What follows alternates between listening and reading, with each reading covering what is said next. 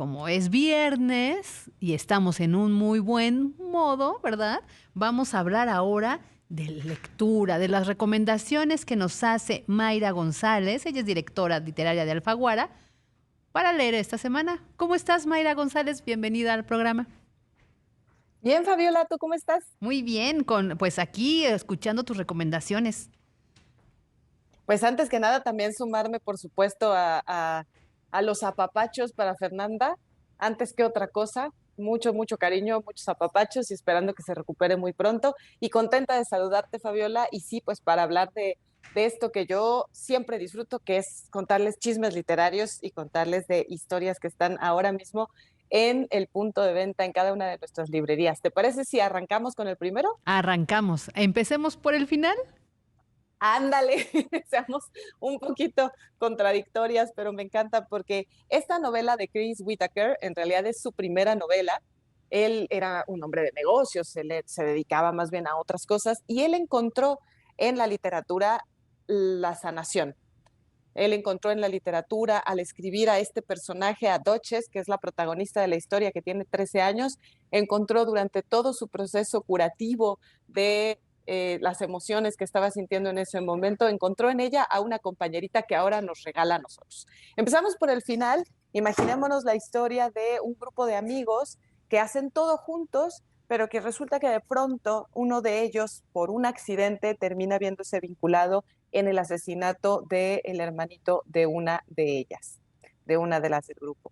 Él tiene que pagar por ese asesinato, paga, está en la cárcel durante 30 años y lo que vamos a ver ahora en Empezamos por el final es justo ese momento en el que él sale de prisión, en el que todos tienen ya una vida, la mujer de la Sara, de quien asesinaron al hermanito, ella es ahora una mujer que se dedica a bailar, que se dedica a prostituirse, es una mujer que se droga, es una mujer que tiene a dos pequeños, una de ellas es Doches, uno de ellos es el pequeñito que Doches siempre quiere estar protegiendo, que es su hermanito de 5 años. Y Doches de 13 años tiene que hacerse la fuerte y tiene que hacerse la dura y solamente tiene 13 años. Entonces, ahí es donde nos gana el corazón Chris Whittaker con Empezamos por el final, porque el pasado de su madre está ahora regresando y ella a sus 13 añitos tiene que hacerse responsable de ese pasado, del presente y del futuro suyo y también de su pequeño hermanito.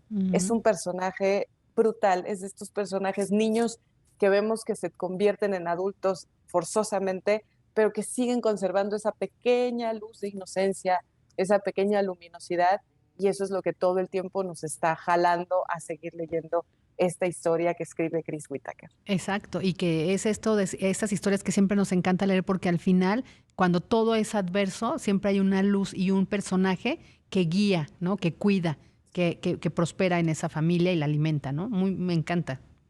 ¿Qué más, Y es Mayra? una novela sobre el perdón también, Fabiola. Es una novela sobre el perdón, sobre volver a empezar y sobre las oportunidades. Entonces, sí, ahí empezamos por el final.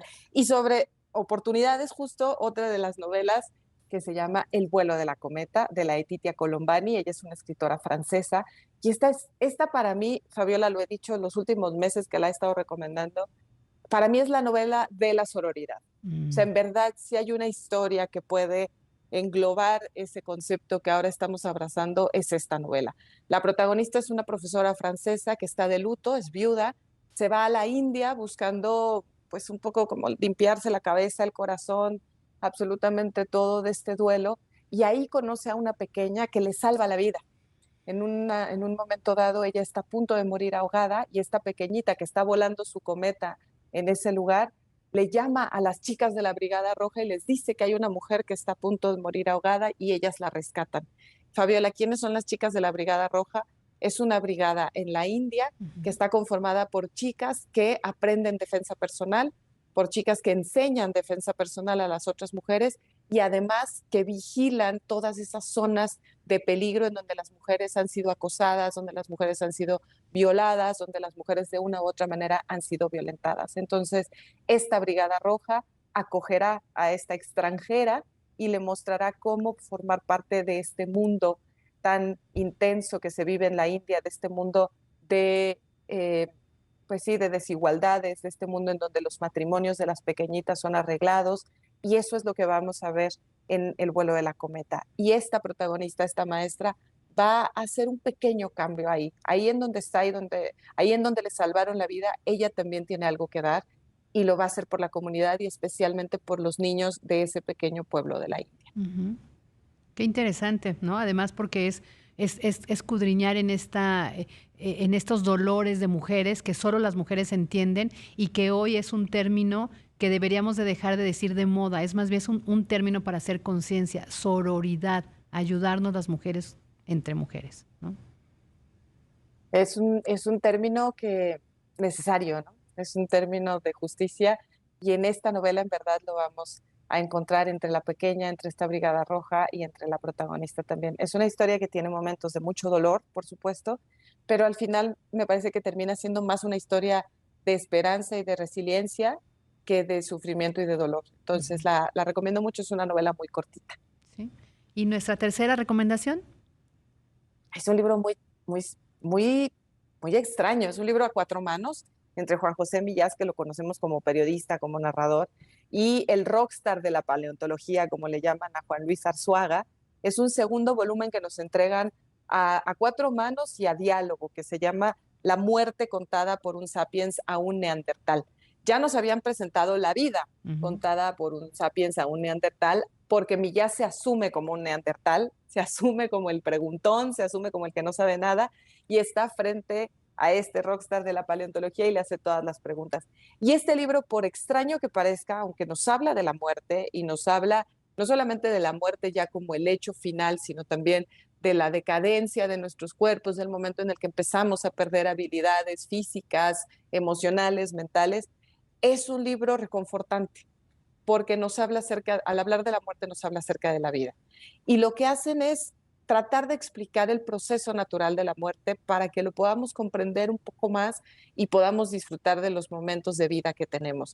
Hacen comparaciones con animales, por ejemplo, de cómo hay animales que en verdad se van adaptando al proceso de envejecimiento y cómo podríamos nosotros aprender de esos animales también para adaptarnos a nuestros cambios cuando estamos llegando a un punto en el que estamos perdiendo ciertas capacidades.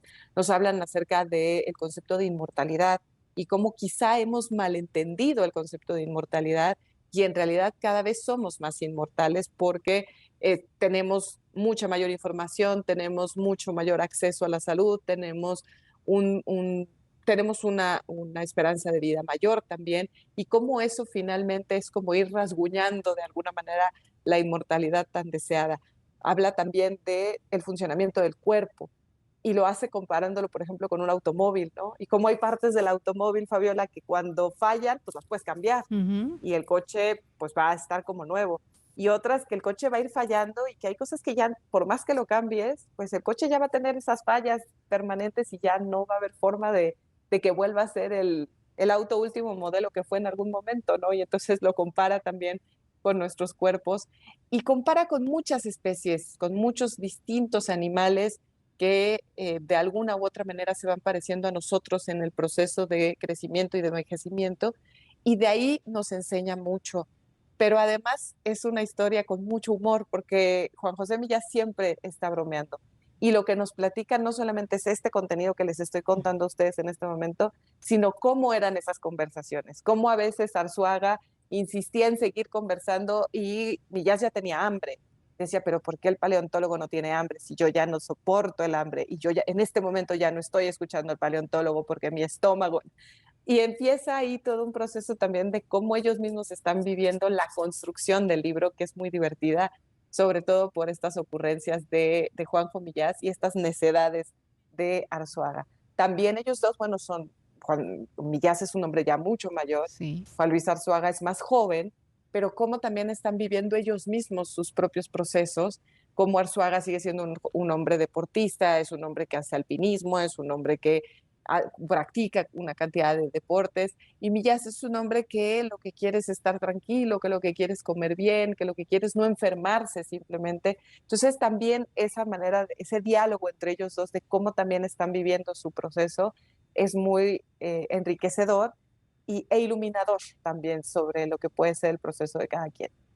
Pues Mayra González, directora literaria de Alfaguara, muchísimas gracias por tus recomendaciones. De verdad, tú que nos escuchas, tómalas muy en cuenta. Yo acabo de hacer un regalo el Día del Maestro y sabes que regalé libros y a la maestra de uno de mis niños le regalé uno de Saramago, ¿no? Que nunca está de más y que lo agradecieron tanto, querida Mayra, porque al final es una forma de viajar, ¿no? Y de estar cerca de estas emociones muy contemporáneas, sororidad, perdón y la evolución en este caso de la longevidad, de la vejez, de la eternidad, de la enfermedad y cómo puedes ir acompañándola con la literatura. Muchísimas gracias, Mayra.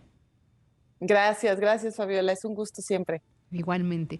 Pues ahí están las recomendaciones para esta semana. De verdad, es un excelente regalo. El Día del Maestro fue lo que hice. Regalé libros. ¿Y no saben qué contentos estaban los maestros?